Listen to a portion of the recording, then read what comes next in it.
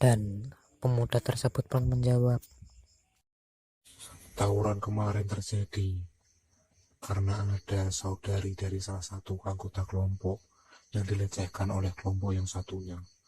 Karena tersulut emosi, kelompok yang saudari salah satu anggota kelompoknya dilecehkan memilih untuk mengadili kelompok yang melecehkan dengan cara kekerasan. Sehingga terjadilah tawuran kemarin. setelah mendengar hal tersebut, Kayetno pun pulang. Sembari menuju ke rumah, Kayetno bergumam di dalam hati. Mungkin jika ada salah satu keluarga perempuanku yang dilecehkan, aku akan menculik orang tersebut dan menyiksanya, memukulinya dengan menggunakan tangan kosong dan melumpuhkan kaki atau tangannya, agar sang pelaku mengingat dan menyesali perbuatannya yang keji. Dan setelah itu, sang pelaku tidak melakukannya lagi. Beberapa hari setelahnya, Kayetno ingin pergi ke tempat latihan bela diri yang dimulai oleh temannya beberapa hari yang lalu. Kayetno pergi ke tempat tersebut menggunakan sepeda. Ketika sampai di seperempat perjalanan, Kayetno tiba-tiba dipukul menggunakan tongkat dari belakang oleh pemuda yang bermotor dengan berkecepatan tinggi, sehingga membuat Kayetno terjatuh dari sepedanya. Beruntungnya si Kayetno, hantaman tersebut mengenai punggungnya, sehingga luka yang Kayetno terima hanyalah memar saja. Setelah sekitar 5 menit bersepeda, Kayetno melihat motor yang mirip yang digunakan oleh sang pemukul di parkiran di sebelah pos ronda, yang jaraknya tidak jauh dari si Kayetno. Kayetno pun menghampiri motor tersebut dan menaruh sepedanya di sebelah motor.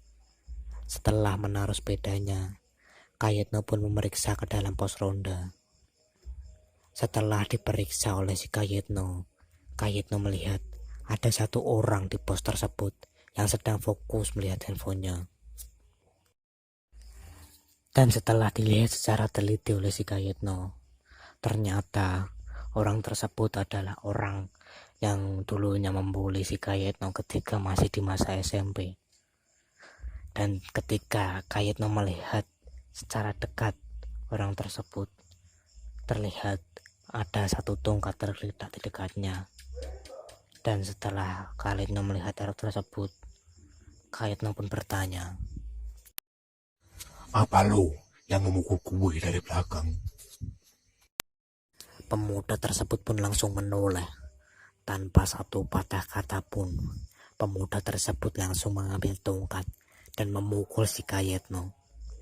Karena refleks Kayetno yang kurang cepat, akhirnya hantaman tongkat tersebut mengenai tubuh bagian kiri di bawah ketiak si Kayetno. Setelah itu, Kayetno mengapit dan memegang tongkat tersebut menggunakan tangan kiri. Lalu Kayetno menarik tongkat tersebut ke arahnya dengan cukup kuat, sehingga pemuda tersebut ikut tertarik ke arah si Kayetno. Dan Kayetno pun memukul rahang bagian kanan sang pemuda menggunakan tangan kanan, sehingga pemuda itu langsung tak sadarkan diri. Kayetno menunggu pemuda tersebut hingga pemuda tersebut sadarkan diri. Sembari menunggu, Kayetno memberitahu kepada temannya menggunakan aplikasi chatting di handphonenya bahwa Kayetno di saat itu tidak bisa datang dikarenakan ada kegiatan yang mendesak. Setelah sekitar 2 menit menunggu, pemuda tersebut akhirnya bangun. Pemuda tersebut langsung duduk terdiam dan Kayetno pun membiarkannya hingga hampir 1 menit. Setelah membiarkannya, Kayetno pun bertanya, Kenapa lo mukul gue dari belakang?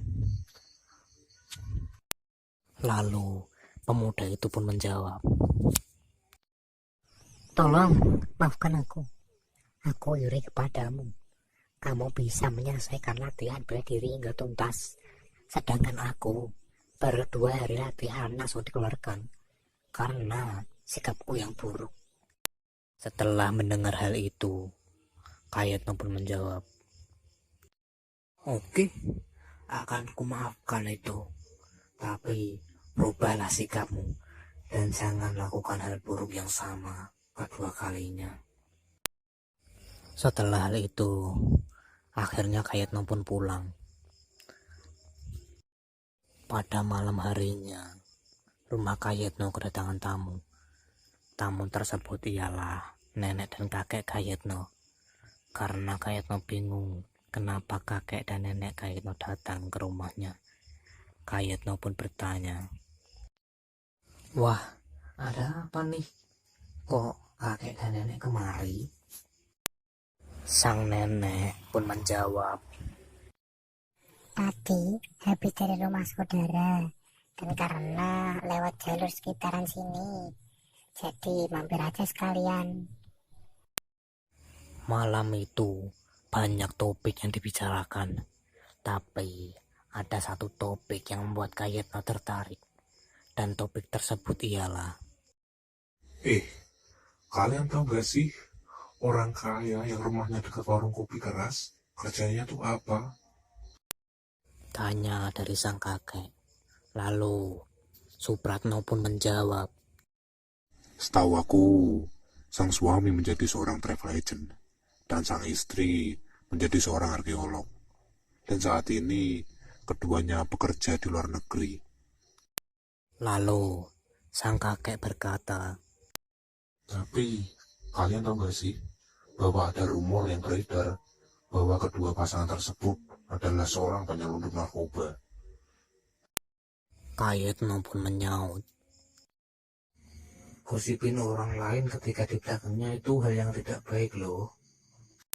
Dan sang kakek pun menjawab, Tapi, itulah kabar yang beredar dari polisi setempat. Dan sebenarnya, para polisi ingin menangkap mereka berdua. Akan tetapi, belum ada bukti yang kuat untuk dijadikan alasannya. Setelah mendengar hal tersebut, Kayetno pun menjawab, "Oh, oke lah kalau begitu. Kita lihat aja apa yang terjadi selanjutnya." 4 hari setelah pembicaraan tersebut, sekitar jam 3 sore hari, ketika Kayetno sedang menuju ke pemancingan, ia tidak sengaja melihat seorang remaja tertabrak sebuah mobil Lexus, sehingga sang remaja kritis dan dibawa ke rumah sakit. Sedangkan sang pengendara tidak mau bertanggung jawab dan bahkan ia mengancam jika dilaporkan ke pihak berwenang, ia akan membawanya ke persidangan. Karena hal tersebut, tidak ada satu orang pun yang berani untuk melaporkan ke pihak berwenang. Dikarenakan jika hal ini dibawa ke persidangan, maka sang pengendara pasti akan menang karena power keuangannya yang tinggi dan juga bobroknya keadilan di tempat tersebut. Melihat hal tersebut, Kayetno merasa iba kepada sang korban dan ingin membantu sang korban dengan cara apapun. Tapi Kayetno tak tahu mau bagaimana.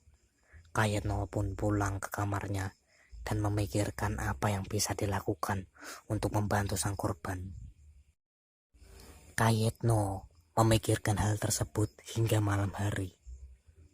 Pada akhirnya, Kayetno pun memutuskan untuk menjenguk si korban di rumah sakit. Pada saat itu, sang korban sudah ditangani.